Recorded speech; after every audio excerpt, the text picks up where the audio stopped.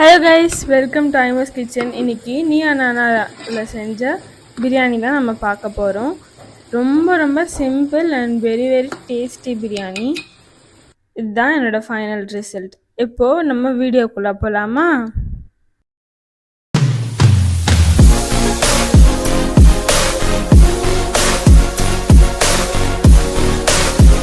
இப்போது இதெல்லாம் தான் இன்க்ரீடியன்ட்ஸ். நம்ம வந்து ஸ்பைசஸ்லாம் ஹோல் ஸ்பைசஸ் இந்த மாதிரி அழகாக அரேஞ்ச் பண்ணியிருக்கோம் பிரியாணிக்கு ஏற்ற மாதிரி.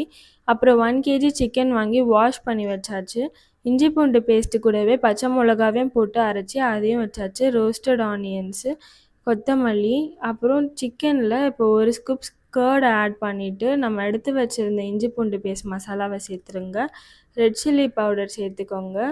2 ஸ்பூன் நான் போட்டிருக்கேன். மஞ்சள் தூள், பிரியாணி மசாலாவை சேர்த்துருங்க. மேலேயே உப்பையும் தூவிடுங்க.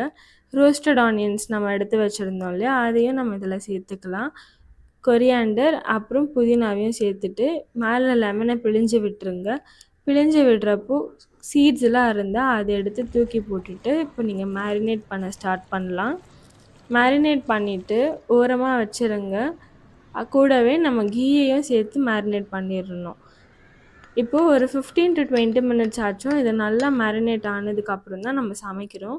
இப்போ நான் பிரியாணி வந்து டெய்லி குட்லேருந்து தான் வாங்கியிருக்கேன்.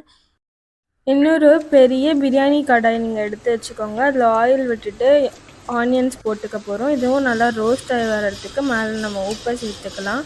நல்லா இந்த கலருக்கு வரணும். இப்போ இன்னொரு ஒரு பாத்திரத்தில் நல்லா சுடு தண்ணி நல்லா சூடாகி வந்ததுக்கப்புறம் லெமனு, புதினாவை சேர்த்துக்கோங்க. கொஞ்சோண்டு உப்பு போட்டுட்டு அது கூடவே நம்ம எடுத்து வச்சுருந்த எல்லா ஸ்பைசஸையும் சேர்த்துடலாம். நல்லா இது வெந்து வந்ததுக்கப்புறம் இப்போது இந்த நல்லா கொதிக்கிற தண்ணியில் தான் நம்ம வந்து இந்த பாஸ்மதி ரைஸை வந்து சேர்த்துக்கணும். நல்லா ஹீட் ஆகிறதுக்கு முன்னாடி சேர்த்திங்கன்னா உதிரி உதிரியான பிரியாணி உங்களுக்கு கிடைக்காது. நான் வந்து 4.5 அளவுக்கு போட்டிருக்கேன். இப்போ இதை நான் மூடி வச்சுட்டு இந்த ரோஸ்டட் ஆனியன்ஸ் கூடவே சிக்கன் மசாலா நம்ம மேரினேட் பண்ணதையும் நான் சேர்த்துக்க போகிறேன். அப்படியே சைட் டு சைட் நம்ம இந்த பிரியாணி ரைஸையும் செக் பண்ணிகிட்டே வரணும், வெந்துருச்சான்ட்டு. அதுக்கப்புறம் இந்த ஆனியன்ஸையும் சிக்கனையும் ஒன்று போல் கிளறி விட்டுருங்க. நல்லா அந்த ஆனியனும் சிக்கனும் பிளெண்ட் ஆகி ஒன்று போல் வரணும். இந்த ஸ்மெல்லே வேறு லெவலில் இருக்கும். பார்க்கவே எவ்வளோ ஜூஸியாக இருக்குது பாருங்கள். இது கூடவே நம்ம கரம் மசாலாவை இந்த டைமில் ஆட் பண்ணிவிட்டு கூட கொத்தமல்லியையும் சேர்த்துட்டு இப்போ இதுலேருந்து கொஞ்சம் நம்ம எடுத்து ஒரு கிணத்துல வச்சுக்க போகிறோம். அப்புறமா ரைஸ் நல்லா வெந்து வந்த உடனே ரைஸையும் இது மேலே நம்ம ஆட் பண்ணிக்க போகிறோம்.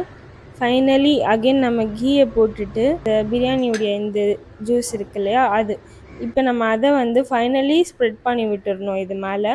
அது கூடவே கொத்தமல்லி, புதினாவை நம்ம நல்லா ஸ்மெல்லுக்காக போட்டுட்டு தம் விட போகிறோம். மேலே தண்ணியை வச்சுருங்க. நல்லா தம் விட்டுடலாம். கொஞ்சம் நேரம் டைம் ஆகிட்டே இருக்குது, பசிக்குது. சைடில் நம்ம ரைத்தாவை ஸ்டார்ட் பண்ணலாம். நல்லா வெங்காயத்தை வச்சுட்டு அது மேலே கொஞ்சம் உப்பு, பச்சை மிளகா, தயிர்லாம் விட்டுருங்க.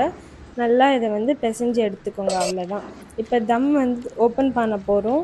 ஓப்பன் பண்ணி பார்த்தா செம்ம ஸ்மெல் வருதுங்க கைஸ். இதை வந்து நம்ம நல்லா கிளறி பார்த்திங்களா, எவ்வளோ உதிரி உதிரியான டேஸ்டியான நீயா நானால சொன்ன பிரியாணி இது. நீங்களும் மறக்காமல் ட்ரை பண்ணி பாருங்கள். கமெண்ட் பண்ணுங்கள், லைக் பண்ணுங்கள், ஷேர் பண்ணுங்கள், சப்ஸ்கிரைப் பண்ணுங்கள். வாங்க சாப்பிட்லாம். பாய்.